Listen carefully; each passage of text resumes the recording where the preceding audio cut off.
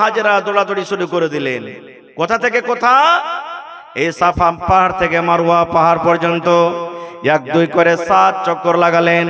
আল্লাহ রাব্বুল আলামিন তার আমলটাকে এত ভালোবাসলেন, এত ভালোবাসলেন, এত ভালোবাসলেন। আল্লাহ রাব্বুল আলামিন কিয়ামত পর্যন্ত যত হাজিরা হজ করতে যাবেন মক্কাতে, আল্লাহ রাব্বুল আলামিন ডাক দিয়ে বললেন, আরে পৃথিবীর হাজিরা তোমরা শুনে নাও, যেমন মা হাজেরা পানি নেওয়ার জন্য পানি পান করব বলে সাফা থেকে মারওয়া, মারওয়া থেকে সাফা 7 বার দৌড়াদৌড়ি করেছেন, এই মতো হাজিরি তোমরা হজ করতে যাবে, অতক্ষণ পর্যন্ত তোমাদের হজ পূর্ণ হবে না, মুকম্মল হবে না, যতক্ষণ পর্যন্ত মা হাজরার মতো তোমরা সাফা থেকে মারওয়া 7 বার না দৌড়াবে। শেষ কথা, আল্লাহ রাব্বুল আলামিন তার দোয়াকে কবুল করলেন, মা হাজরার দোয়াকে কবুল করলেন। একজন এলান করনেওয়ালা এলান করছেন, ও আল্লাহর বান্দি, তুমি চিন্তা করো না, তুমি নিরাশ হয়ে যেও না, তুমি চিন্তা করো না, আল্লাহ রাব্বুল আলামিন তোমার জন্য পানির ব্যবস্থা করে দিয়েছেন, আল্লাহ রাব্বুল আলামিন তোমার জন্য পানির ব্যবস্থা করে দিয়েছেন, এই জন্য তুমি পিপাসার কারণে মরবে না। যখন কথাটা শুনলেন, মা হাজেরা আওয়াজটার দিকে গড় করতে লাগলেন, কে তুমি এমন আছো গো, আমার সামনে তুমি একবার দেখা দাও, তোমার আওয়াজ আমি শুনতে পাই, কিন্তু ওরে আল্লাহ এখনো তোমাকে আমি দেখতে পাই না, এসো তুমি আমার সামনে এসো, আমাকে তুমি দেখা দাও। সেটা ছিলেন কে? আল্লাহ রাব্বুল আলামিনের ফেরেশতা হযরত জিবরিল আলাইহিস সালাম, যে জিবরিল নবীদের কাছে আল্লাহ রাব্বুল আলামিনের পয়গাম পৌঁছান। এবার আল্লাহ রাসূল বলেছেন, উম্মত রে, জিবরিল আলাইহিস সালাম যে ফেরেশতারকে পর থাকে, পাকা থাকে, নিজের পর দিয়ে করে একটু খানিক জমিনে মারলেন, যেমন জমিনে মারা উবের মতন এইবারে পানি উঠতে শুরু হয়ে গেল, বুঝেন তো, উবের মতন পানি শুরু হয়ে গেল, এবার বড় হইতে শুরু হয়েছে। এবার হাজরা পানি পান করলেন, এবার খাবলে তুলে তুলে হাতে করে তুলে তুলে হযরত ইসমাইলকে পানি পান করালেন, নিজের কলসিতে ভর্তি করে নিলেন। এবার যখন মা হাজরা দেখলেন এবারে বড় হইতে শুরু হয়েছে, বড় হইতে শুরু হয়েছে, তখন মা হাজরা এক কথা বলেছিলেন, জামজাম জামজাম। জামজাম শব্দের অর্থ হলো, জামজাম শব্দের অর্থ হলো, মানা হলো জামজাম, রুকো রুকো রুকো রুকো, তুমি আর বড় হইও না, এই পানি জামজাম, তুমি রুকে যাও, তুমি রুকে যাও, তুমি আর বড় হইও না, বড় হইও না। আল্লাহ রাব্বুল আলামিন এই কথাটাকে এমন ভালোবাসলেন, এই লফজটাকে এত ভালোবাসলেন, এই কথাটাকে এমন ভালোবাসলেন, সেদিন থেকে তার নাম রেখে দিলেন জামজাম। জামজাম পড়ে গেল। আসলে জামজাম মা হাজরা বলেছিলেন যে এই কুয়া আর বড় হইস না, রুক রুক রুক, আর বড় হইস না, রুক। আল্লাহ রাসূল তখন বলেছেন, আল্লাহ তাবারাক ওয়া তাআলা রহম করুক মা হাজরার পরে, যদি সেই দিন যদি জমজম না বলতেন, তাহলে গোটা পৃথিবীতে সুবহানাল্লাহ, গোটা পৃথিবীর মানুষ জমজমের পানি পান করত। সুবহানাল্লাহ, জমজম শব্দের বলার কারণে আর বড় হলো না, রুকে গেল। শেষ কথা, এবার চলে গেলেন। আস্তে আস্তে আস্তে আস্তে হযরত ইসমাঈল আলাইহিস সালাম বড় হলেন, বিয়ে শাদী হলো। আল্লাহ তাবারাক ওয়া তাআলা মধ্যখানে কুরবানির মেলায় মেলা কথা আছে, আমি ওদিকে যাব না, আল্লাহ বাচ্চা রাখে, ইনশাআল্লাহ কোনদিন বলবো। এবার কিছুদিন পর আল্লাহ তাবারাক ওয়া তাআলা আদেশ করলেন কাকে? হযরত ইব্রাহিম আলাইহিস সালামকে, ও ইব্রাহিম, তুমি আর তোমার বেটা আমার ঘর কাবা শরীফের নির্মাণ করো, যাও। আল্লাহ আদেশ করলেন, কে? তুমি এবং তোমার ছেলে ইসমাইল, দুই বাপ বেটা মিলে কাবা শরীফের তোমরা নির্মাণ করো। এবার বেটার সাথে দেখা করার জন্য চলে গেলেন। আশেপাশে বাড়ি ছিল না, কোথা কোথা কোথা থেকে লোক এসে, বাড়িও ঘন হয়ে গেছে, বাড়ি চিনতে পারেন না। হযরত ইব্রাহিম আলাইহিস সালাম যখন গেলেন বেটার বাড়ি, লোকেরাকে জিজ্ঞাসা করছেন, হাগো এখানে ইসমাইলের বাড়ি কোনটা? ইসমাইলের বাড়ি তোমরা বলতে পারবে, ওর বাড়ি ওর ঘর কোনটা? তো লোকেরা বললেন যে হ্যাঁ, এটা হলো ওর বাড়ি। হযরত ইব্রাহিম আলাইহিস সালাম বাড়ি গেলেন, বাড়িতে কিন্তু বৌমা আছে। হযরত ইসমাইল আলাইহিস সালামের ব্যাপারে জিজ্ঞাসা করলেন, ও আল্লাহর বান্দি, তোমার স্বামী ইসমাইল কই, কোথায় গেছে? ওই বৌমা কিন্তু জানে না যেটা আমার শ্বশুর ইব্রাহিম খলিলুল্লাহ। বলছে, ও আজনবী, অপরিচিত মানুষ, কে তুমি? আমার স্বামী ইসমাইল বাড়িতে নেই, শিকারিতে গেছে, মাঠে কামে কাজে গেছে। হযরত ইব্রাহিম আলাইহিস সালাম বহুকে জিজ্ঞাসা করছেন যে কেমন আছো, কেমন তোমাদের দিন কাটছে, সংসার কেমন ভাবে চলছে। মেয়ে ছেলেরা তো বেশিরভাগ নাশুকরি হয়, আমি পরে হাদিসটা বলছি। বলছে ভালো নাই, খুব একটা ভালো যাই না, কখন খেতে পাচ্ছি কখন পাই না, রাত যেছে কি দিন যেছে কিছু বুঝতে পারি না, মানে নাশুকরি বলে দিলেন। হযরত ইব্রাহিম আলাইহিস সালামকে কথাটা শুনে খুব খারাপ মনে হলো। এবার বহুকে ডাক দিয়ে বললেন, ও আল্লাহর বান্দে, তুমি শুনে নাও, যখন তোমার স্বামী বাড়িতে ঢুকবে, যখন তোমার স্বামী ইসমাইল বাড়িতে আসবে, আমার পক্ষ থেকে তাকে সালাম জানিয়ে দিও, তাকে তুমি সালাম দিয়ে দিও। আর তোমার স্বামীকে এই কথাটা জানিয়ে দিবে যে এই ঘরের চৌখাট যে আছে, এই ঘরের চৌখাট যেন পাল্টে নাই, এই তোমার ঘরের চৌখাটটা ভালো নয়, এই ঘরের চৌখাটটা তুমি পাল্টে দিও। ও পাগল বেটি ছেলে বুঝতে না পারে। হযরত ইব্রাহিম আলাইহিস সালাম তো চলে গেলেন। সন্ধ্যাবেলাতে যখন ইসমাইল নবী বাড়িতে এলেন, আসার পর এবারে বিবি বলছেন, স্বামী গো একটা কথা বলবো গো স্বামী। বলছে কি বিবি রে, কি বলবে? এবার বলছেন, স্বামী গো কে একটা অপরিচিত মানুষ, বয়স্ক মানুষ আমাদের বাড়ি এসেছিলেন।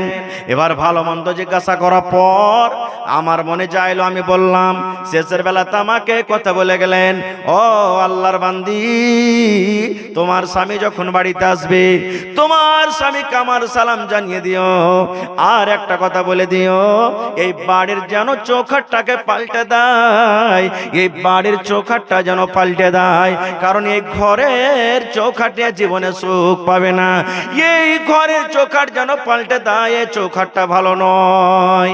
যখন কথাটা বলা, হযরত ইসমাইল আলাইহিস সালাম হুঁশিয়ার চালাক মানুষ, বুঝে নিলেন লোকটা কি, চৌখাটের মানে কি। এবারে বিবিকে ডাক দিয়ে বলছেন, বিবি রে, যে লোকটা আমার বাড়িতে এসেছিলেন, যে বয়স প্রাপ্ত তোমার দারাজ লোকটা আমার বাড়িতে এসেছিলেন, সে কোনো জানতেন নয়, সে কোনো অন্য নয়, সেটা হলো আল্লাহর দোস্ত ইব্রাহিম খলিলুল্লাহ। উনি হলেন আমার আব্বা জান।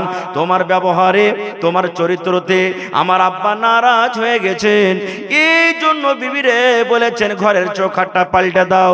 ঘরের চৌখাট বলতে তুমি, ঘরের চৌখাট বলতে তুমি। আমার আব্বা জানি এই কথা বলেছেন যে তোমার এই স্ত্রী মহিলাকে তুমি তালাক দিও, এই মহিলা তোমার বাড়িতে থাকতে গেলে তুমি জীবনে সুখ শান্তি পাবে না, একে তালাক দিয়ে দিও। যাও বিবি, তোমাকে আমি তালাক দিয়ে দিলাম, তুমি বাপের বাড়িতে চলে যাও। শেষ কথা। আবার হযরত ইসমাইল আলাইহিস সালাম বিবাহ শাদী করলেন। কিছুদিন পর আবার আব্বা এসেছেন দেখা করার জন্য নতুন বউ বাড়িতে। সেই দিনও কিন্তু ইসমাইল আলাইহিস সালাম বাড়িতে নেই। বাড়িতে গেলেন, সালাম কালাম হলো, কেমন আছো মা? এবারে পরেকার স্ত্রীটা বলছেন, খুবই ভালো আছি, আল্লাহ খুব ভালো রেখেছেন, খুব সুখে আমাদের জীবন কাটছে, মানে খুবই ভালো লাগলো হযরত ইব্রাহিম আলাইহিস সালামকে। যখন কথাটা বললেন, এবারে হযরত ইব্রাহিম আলাইহিস সালাম বললেন, ও আল্লাহর বান্দি, শুনো রে, তোমার স্বামী যখন শিকারি করে সন্ধ্যাবেলাতে বাড়ি ঢুকবে, আমার সালাম জানিয়ে দিবে, আর তোমার স্বামীকে এই কথাটা বলবে যে স্বামী গো, একটা অপরিচিত লোক আমাদের বাড়িতে এসেছিলেন, একটা বুড়া মানুষ আমাদের বাড়িতে এসেছিলেন, আর আসার পর আপনাকে সালাম দিয়েছে, আর এই কথা বলেছেন এই বাড়ির চৌখাট ভালো আছে, এই চৌখাটটার যেন হেফাজত করে রাখে, এই চৌখাটটা ভালো, এই চৌখাটটা থাকতে গেলে, এই চৌখাটের হেফাজত করতে গেলে জীবনটা সুখে কাটবে, জীবনটা খুব খুশিতে কাটবে। এই জন্য তোমার স্বামীকে বলে দিও এই চৌখাটের যেন হেফাজত করে, এই কথাটা বলে দিও। যখন হযরত ইসমাইল আলাইহিস সালাম সন্ধ্যাবেলাতে এলেন, সব কথা বলে দিলেন। হযরত ইসমাইল আলাইহিস সালাম আবার মুচকি মেরে হেসে বলছেন, বিবি রে, ওইটা কে তুমি জানো? ওইটা হলো আমার আব্বা জান ইব্রাহিম খলিলুল্লাহ। তোমার ব্যবহারে আমার আব্বা খুশি হয়েছেন, এই জন্য তোমাকে তালাক দিতে মানা করেছেন, যে এই ঘরের চৌখাট মানে তুমি ভালো, তোমাকে হেফাজতে রাখতে বলেছি। ভাই আমার, তাহলে এই জায়গা থেকে আমরা কি বুঝতে পারলাম? একটা মহিলা নেককার, স্বামীর কথা মেনে চলে, স্বামীর কথা শুনে, তার ব্যবহার দেখে শ্বশুর খুশি, আল্লাহ তাবারাক ওয়া তাআলার নিকটে সেই মহিলাটা ভালো থাকবেন, আর আল্লাহ তাবারাক ওয়া তাআলা কিয়ামতের দিন তাকে জান্নাত দান করবেন। আর একটা নাশুকরি মহিলা যে নিজের স্বামীর নাশুকরি করবে, শ্বশুর তো নারাজ হলো, আল্লাহ তাবারাক ওয়া তাআলা নারাজ হয়ে যাবেন, সেই মহিলাটা জাহান্নামে যাবে। এর প্রমাণ আল্লাহ রাসূলের একটা হাদিস আছে, সহিহ বুখারী এবং মুসলিমের হাদিস। আপনাদের এলাকাতে আপনারা ঈদগাহে নামাজ পড়তে যান ঈদ বকরা ঈদের নাকি? এবার মহিলারা কোথায় নামাজ পড়েন? মসজিদে না ঈদগাহে? জোরে বলেন আলহামদুলিল্লাহ। এটা খুব বড় খুশির কথা। আল্লাহ নবীর জামানাতে মহিলারা পুরুষেরা ঈদগাহে নামাজ পড়তে গেছেন, ঈদের নামাজ কিংবা বকরীদের নামাজ। পুরুষের কাতার, পুরুষের লাইন আগা দিকে, মহিলাদের সাফ, মহিলাদের কাতার পিছন দিকে। কেন? যদি পুরুষেরা পিছন দিকে হয় আর মহিলারা যদি নামাজ পড়িতে আগে হয়, তাহলে দুজনের মধ্যে কাহারই নামাজ হবে না। পুরুষদেরও নামাজ হবে না, মহিলারও নামাজ হবে না। কোন পুরুষের ইমাম যদি কোনো মহিলা হয়, ও নামাজ পড়াইতে খুবই জানছে মহিলাটা, পুরুষটা জানে না। এবার যদি বলে যে সুলাইমানের বাপ তুমি পিছু হও, আমি আগে হচ্ছে নামাজ তোমাকে পড়াবো, হবে? চলবে না, নামাজ পড়া হবে না, দুজনের কাউরি নামাজ হবে না। সব সময়তে পুরুষের লাইন, পুরুষের কাতার আগা দিকে, মহিলাদের লাইন, মহিলাদের কাতার পিছন দিকে। এবার নামাজ হয়ে গেল, নামাজের শেষে খুতবা হয় কি হয় না? ঈদ বকরা ঈদে খুতবা হয় কি হয় না? এবার নবীজি খুতবা শুরু করলেন। আজকে মাইক্রোফোনে কথা বলছি, অনেক দূর পর্যন্ত আওয়াজ যায়, নবীর জামানাতে মাইক ছিল না। এবার নবীজি বেলালকে বলছেন, বেলাল উঠো, চলো আমার সাথে। এবার দয়ার নবী কাতার চিরে চিরে চিরে চিরে মহিলার দলে চলে গেলেন। আজকে যেমন মা খালাদের জন্য কত সুন্দর ব্যবস্থা করেছেন, মহিলা কাতার চলে গেলেন। এইবারে নবীজি ঈদগাহের মাঠে, ঈদগাহের ময়দানে আওয়াজ শুরু করে দিলেন, ইয়া মাশারান নিসাই, ও মহিলার দলেরা, তাসাদদাকনা, তোমরা দান করো, তোমরা সাদকা করো। কেন না ফা ইন্নী উরিতুকুন্না আকসারা হালিন নার, যেদিন আল্লাহ রাব্বুল আলামিন আমাকে মিরাজ করালছেন, ওই মিরাজের রাতে আল্লাহ আমাকে আদেশ করলেন, নবী গো, আপনার উম্মতের জন্য আমি জান্নাত করেছি, জান জান একটু জান্নাত ঘুরে এসেন। আমি জান্নাত ঘুরে ঘুরে দেখলাম। তারপর আল্লাহ আমাকে আদেশ করলেন, ও আমার নবী, আপনার গুনাহগার পাপী উম্মতেরা জাহান্নামের ভিতরে যাবে, জাহান্নাম তৈরি করেছি, জান একটু জাহান্নাম দেখে এসো। এবার নবী যে জাহান্নাম দেখতে গেলেন, দয়ার নবী বললেন, মহিলা, আমি তোমাদেরকে জাহান্নামের আগুনে দেখলাম। বেশিরভাগ মহিলারা জাহান্নামের আগুনে জ্বলছে, বেশিরভাগ নারীরা জাহান্নামের আগুনে জ্বলছে। আল্লাহ বাঁচাও, আল্লাহ বাঁচাও। মা মরে গেলাম, মা মরে গেলাম, জাহান্নামের আগুন আর সহ্য হয় না। হাউ মা করে মহিলারা বেশিরভাগ চিৎকার করে। এবারে যখন কথাটা বললাম, আল্লাহ নবীর কথাটা শুনে একজন মহিলা দাঁড়িয়ে বললেন, ইয়া রাসূলুল্লাহ, আল্লাহর নবী গো, আপনি বললেন মহিলা তোমরা দান করো, ও মহিলার দল তোমরা সাদকা করো, তোমাদেরকে জাহান্নামের আগুন আমি বেশিরভাগ পড়তে দেখেছি।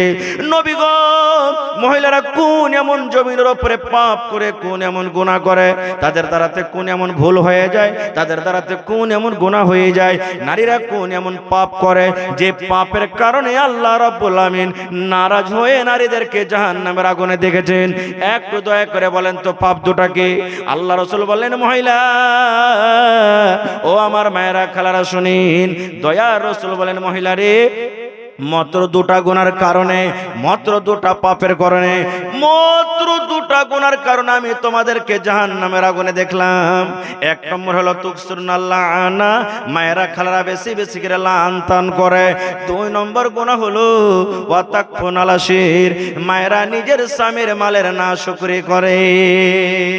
দুটা গুনাহ। এক নম্বর তুকসুরনাল্লাহ আনা, তারা লানতান বেশি করে।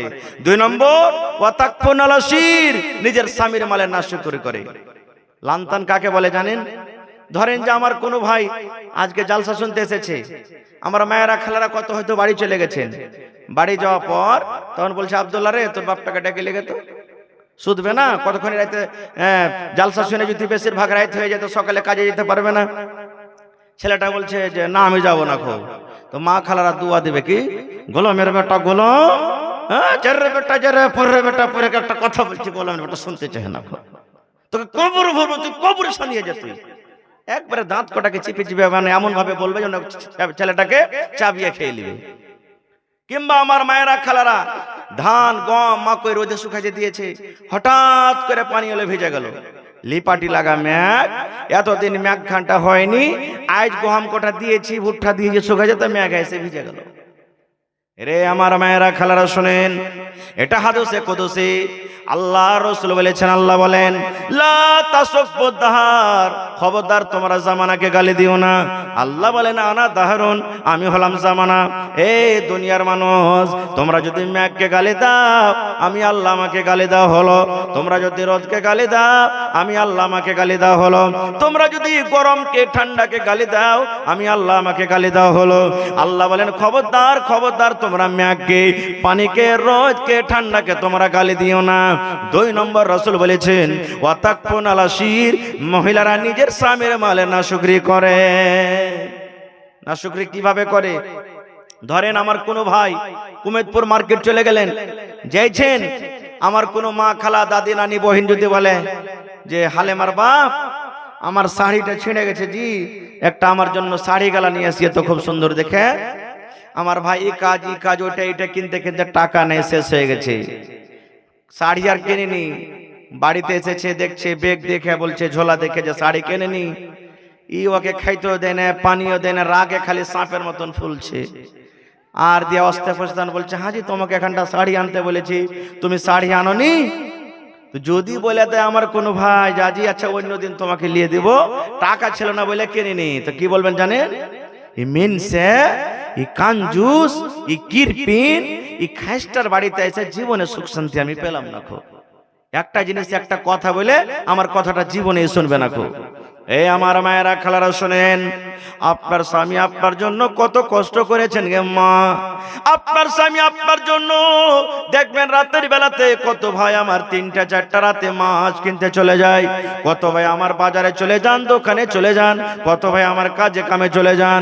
মেঘ হয় ঝমঝম করে তাও কাজে চলে যান, মাঠে ঘাটে চলে যান। কত রোদ হয় তা রোদ দেখেন আমার ভাইয়েরা কাজে চলে যান। মাগে খালাগে বোন রে, আপনার জন্য আপনার স্বামী এত কুরবানি করে, আপনার জন্য নিজের জীবনটাকে হারিয়ে দেয় গে মা। কিন্তু একদিন কমে যাওয়ার কারণে, একদিন না পাওয়ার কারণে, একদিন কমে যাওয়ার কারণে আপনি জীবনের সমস্ত নিয়ামতকে ভুলে গেলেন। এই জন্য আল্লাহ রাসূল বলেছেন মহিলারে, এই 2টা পাপ করার কারণে, এই 2টা গুনাহ করার কারণে আমি তোমাদেরকে জাহান্নামের আগুনে দেখলাম রে মহিলা। তাই যদি তোমরা দান করো, তোমরা যদি সাদকা করো, তোমরা যদি খায়রাত করো, আল্লাহ রাব্বুল আলামিন তোমাদের দানের কারণে তোমাদের জাহান্নামের আগুন থেকে আল্লাহ রাব্বুল আলামিন তোমাদেরকে বাঁচিয়ে নেবেন। এবার মানুষ জালসা শুনতে যায় তো টাকা নিয়ে যায়, যেমন মায়েরা খালার আজকে জালসা শুনতে এসেছে, দান করতে হবে, টাকা নিয়ে যাব। নমাজ পড়তে কে কয়টা টাকা নিয়ে যায়? কিন্তু রাসূল বললেন দান করো। হযরত বেলাল বললেন আমি রুমাল বিছিয়ে দিলাম, আমি তলিয়া বিছিয়ে দিলাম, আমি গামছা বিছিয়ে দিলাম। এবারে মহিলারা দান করতে শুরু করলেন। কি দান করলেন গে মা? কে কান থেকে বালি খুলে দিয়ে দিলেন, কে গলা থেকে হার খুলে দিয়ে দিলেন, কে হাত থেকে এই আংটি খুলে দিয়ে দিলেন, কে পা থেকে পায়েল খুলে দিয়ে দিলেন। সুবহানাল্লাহ, যার কাছে যা গয়না গাটি ছিল খুলে খুলে খুলে আল্লাহর নবীর সামনে দান করে দিলেন। নারে তাকবীর। হয়নি, হবে না, হতে পারে না আমার নবীর সাথে কারো তুলনা। হয়নি, হবে না, হতে পারে না আমার নবীর সাথে কারো তুলনা। হায়রে তুলনা তো দূরের কথা, ছায়াও মিলে না। হয়নি, হবে না, হতে পারে না আমার নবীর সাথে কারো তুলনা। সকল নবী রাসূল ছিলেন খোদার দিবানা, 2 চোখতে দেখব খোদা ছিল তামান্না। সকল নবী ছিলেন আল্লাহর দিবানা, 2 নয়নে দেখব খোদা ছিল তামান্না। আরে মোর নবীকে ডেকে নিলেন, আরে মোর নবীকে ডেকে নিলেন, দেখবে রব্বানা। হয়নি, হবে না, হতে পারে না আমার নবীর সাথে কারো তুলনা। হয়নি, হবে না, হতে পারে না আমার নবীর সাথে কারো তুলনা। ইউসুফকে দেখে যারা আঙ্গুল কেটেছে তারা কি আমার নবীর রূপ দেখেছে? ইউসুফকে দেখে যারা আঙ্গুল কেটেছে তারা কি আমার নবীর রূপ দেখেছে? আরে দেখতো যদি কেটে দিত, আরে দেখতো যদি কেটে দিত কলিজাখানা, হয়নি, হবে না, হতে পারে না, আমার নবীর সাথে কারো তুলনা, হয়নি, হবে না, হতে পারে না, আমার নবীর সাথে কারো তুলনা। নারে তাকবীর।